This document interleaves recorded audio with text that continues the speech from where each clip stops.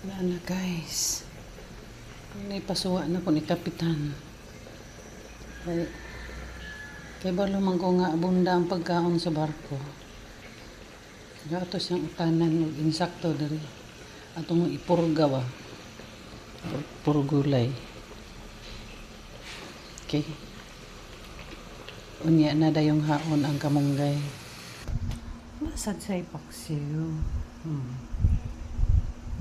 Gigamay ra na akong hawas kay mausik man magamo niya na tutira bang mahalas dagkong isda 500 kapin ang kilo 600 depende sa klase kininta 500 kapin lang kanang nasto nga dili ng tamarong kay ng tamarong tag 280 man ang kilo ana okay dunod na nato ang kamunggay.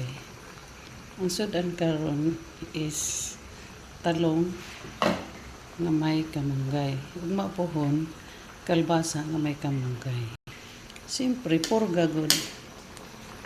Purgahon yun na.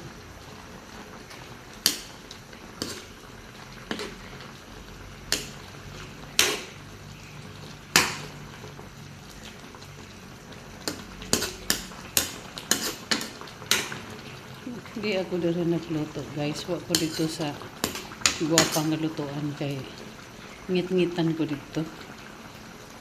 Nga kining lagas na lagita. Ngita mo tag komportable. So di ako dito kay hayag. Maluto na guys.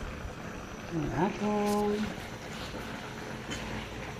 kalamunggay na naisayuti ug talong okra. Pag na, kaya di ko na pwedeng latanan.